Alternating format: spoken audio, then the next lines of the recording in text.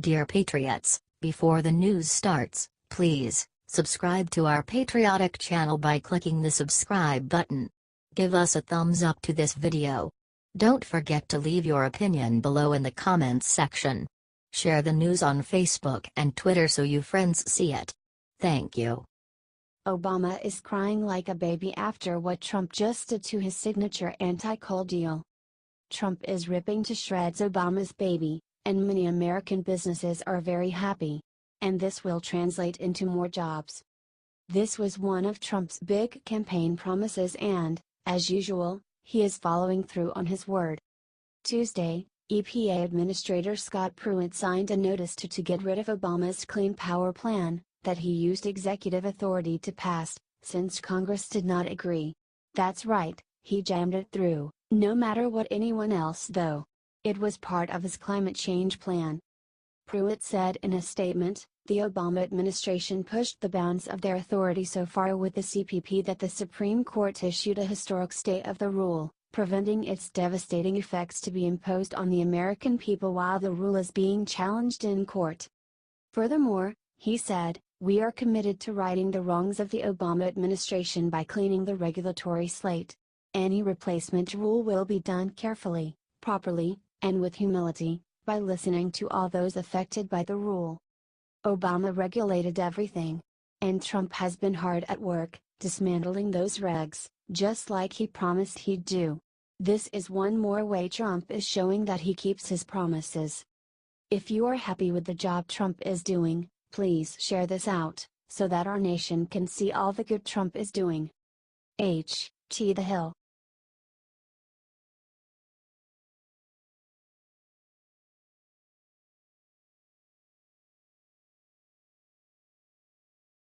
Boycott them. All of these famous sickos helped cover for pervert Harvey Weinstein. Harvey Weinstein's sexual assault has been an open secret for years, even becoming a punchline at the 2013 Oscars.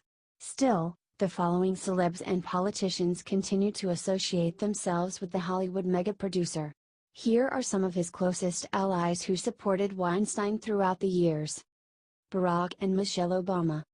According to Fox News, Michelle Obama considers Weinstein a wonderful human being and a good friend. Not surprising, considering he donated personally to Obama's presidential run. Hillary Clinton. Clinton has come under intense scrutiny for her closeness to Weinstein, and for good reason. He once hosted her birthday party and personally donated $5,400 to her presidential campaign and $33,000 to the Hillary Victory Fund, according to The Hill. Donna Karan. This fashion designer bizarrely chose to support Weinstein after the allegations were made public. She claimed that the woman Weinstein assaulted were asking for it, according to People. Lindsay Lohan. Donna Karan isn't the only celeb to support Weinstein after the fact. Lindsay Lohan posted a video on Instagram stating, I feel very bad for Harvey Weinstein right now. I don't think it's right what's going on. The men of Hollywood. And that's just the women. Hollywood's men have been curiously silent on the topic. The Guardian reached out to several prominent men attached to Weinstein. The list includes Ben Affleck, Matt Damon, Colin Firth, Bradley Cooper, Brad Pitt, Leonardo DiCaprio, Daniel Day-Lewis, Russell Crowe, George Clooney and Ewan McGregor, Quentin Tarantino, Ryan Coogler, Tom Hooper, Lin-Manuel Miranda, Michael Moore, Rob Marshall, Robert Pulcini, Garth Davis, Doug McGraw, John Madden, Simon Curtis, Kevin Williamson, Martin Scorsese, John Hillcoat, and John Wells. None of them immediately responded. Comment boycott. And share this list so your friends know the names of these enablers. They're complicit and must be held accountable.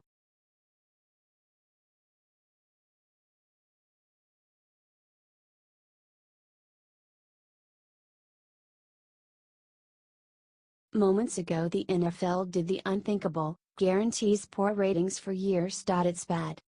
After President Trump called out NFL players for disrespecting their country by kneeling during the national anthem, even more players started kneeling. This was strictly to spite Trump. Most players have no clue why they're kneeling, though. They'll say it's to bring awareness to social injustice, racism, and police brutality, but simple facts will dispel all that BS in seconds flat. There were rumblings that the league was going to change their rules, requiring players to stand for the Star-Spangled Banner. Dallas Cowboys owner Jerry Jones even said that any of his players who kneel would be benched. Now, the NFL has made their decision in a statement released by the Players Union. Commissioner Roger Goodell reached out to NFLPA Executive Director DeMaurice Smith today, and both he and player leadership will attend the league meetings next week. There has been no change in the current policy regarding the anthem. The agenda will be a continuation of how to make progress in the important social issues that players have vocalized. Everyone who is part of our NFL community has a tremendous respect for our country, our flag, our anthem, and our military, and we are coming together to deal with these issues in a civil and constructive way. Epic fail. If you're completely done with the NFL after this latest deplorable move, let them know about it. Don't watch games at home. Don't spend money at the stadiums. Soon, they'll get the message that we're tired of seeing players disrespect this country. Let's get 10,000 shares to show the NFL we've had enough. HT, Bleacher Report.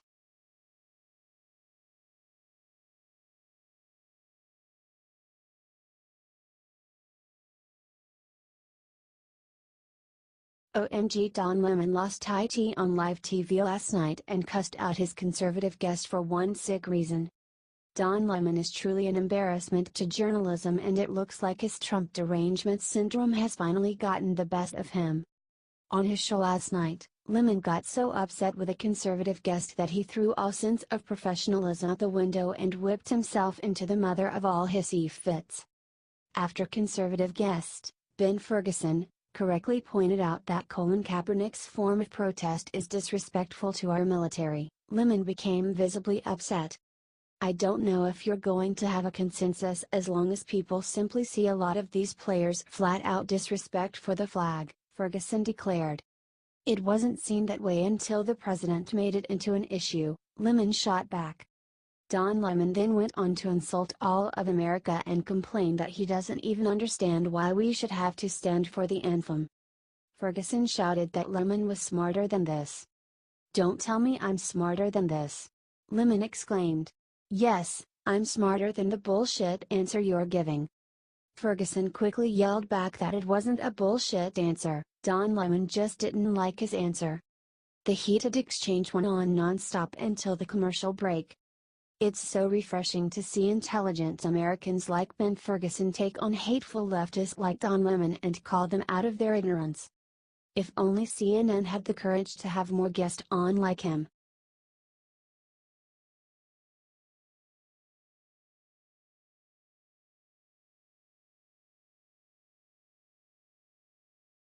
NBC got Weinstein scoop first. What they did next is unforgivable. Earlier this week, Hollywood mega-producer Harvey Weinstein got hit with multiple sexual assault allegations. Then The New Yorker published an extremely chilling video that all but confirmed Weinstein's guilt. Weinstein's transgressions became even more scandalous when his ties to several high-profile Democrats were revealed. At one point, he even hosted a birthday party for Hillary Clinton. But that might not be the most fascinating part of the story. According to CNN, NBC had the Weinstein scoop months ago. And they did nothing. NBC contributor Ronan Farrow was relentlessly pursuing leads when NBC told him bury the story. Ronan was basically told to stop working on this, an anonymous source told CNN. It's easy to see why the liberal network, who runs MSNBC, wanted the news item to go away. As we've seen, the revelation has been a PR disaster for Democrats. But you can't hide a liberal's hypocrisy forever. Like with Bill Clinton, the truth will eventually come out. Even without help from the mainstream media. Do you think NBC buried the story to help Democrats? Comment and share so everyone sees how the mainstream media operates. These instances of confirmed bias must be publicized.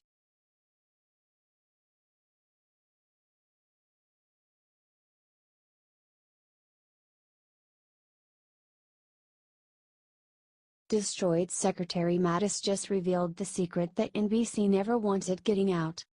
Earlier today, NBC News released a report claiming that President Trump wants to increase our nuclear arsenal tenfold, from 4,000 to 32,000, and was forcing Secretary Mattis to do the dirty work.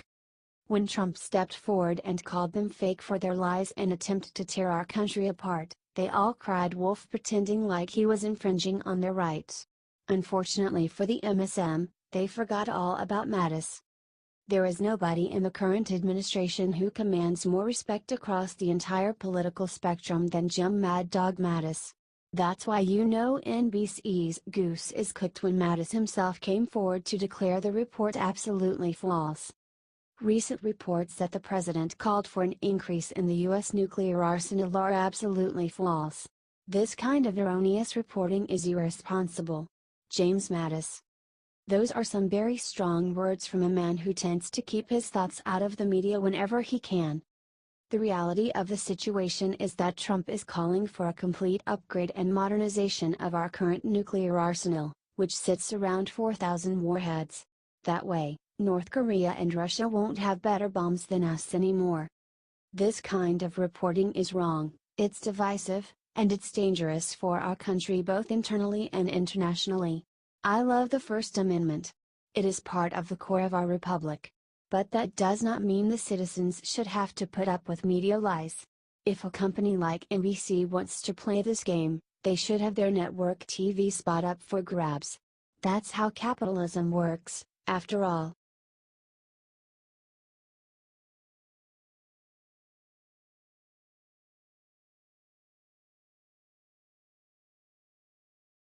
Former ESPN host comes forward, reveals 6 secret company doesn't want you to know.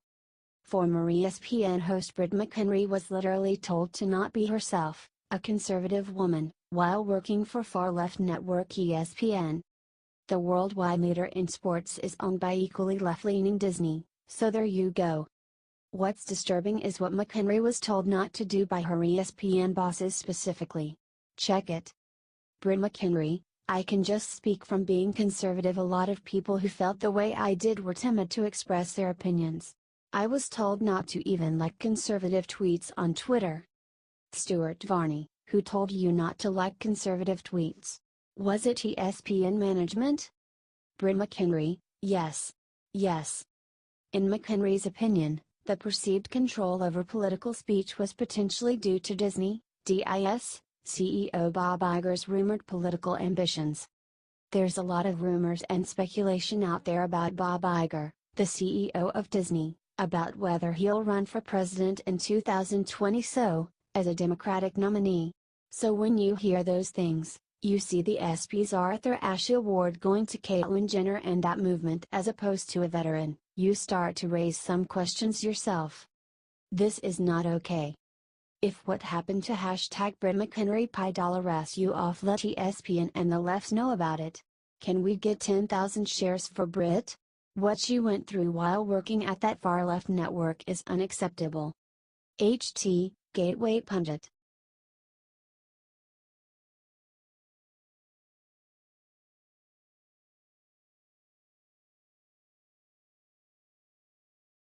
Without saying a word, Melania just destroyed what Clinton loves most. Hillary Clinton loves a pantsuit. During her presidential campaign, Clinton even described herself as a pantsuit aficionado in her official Twitter bio. Nowadays, her Instagram is filled with photos of the failed presidential candidate wearing her signature look. But Melania just beat Hillary at her own game. This week, the fashionable First Lady stepped out in a pantsuit of her own, and she looked stunning. The ensemble was a grayscale affair. Very modest, yet powerful all the same. Donald Trump, Justin Trudeau, and his wife, Sophie Gregory accompanied the First Lady at the White House, not that anyone noticed. Once she arrived, all eyes were on Melania. Time to retire the pantsuit, Hillary. Despite your devotion to the look, you'll never be able to pull it off the way Melania Trump just did. What do you think of this look? Comment and share if you love our First Lady.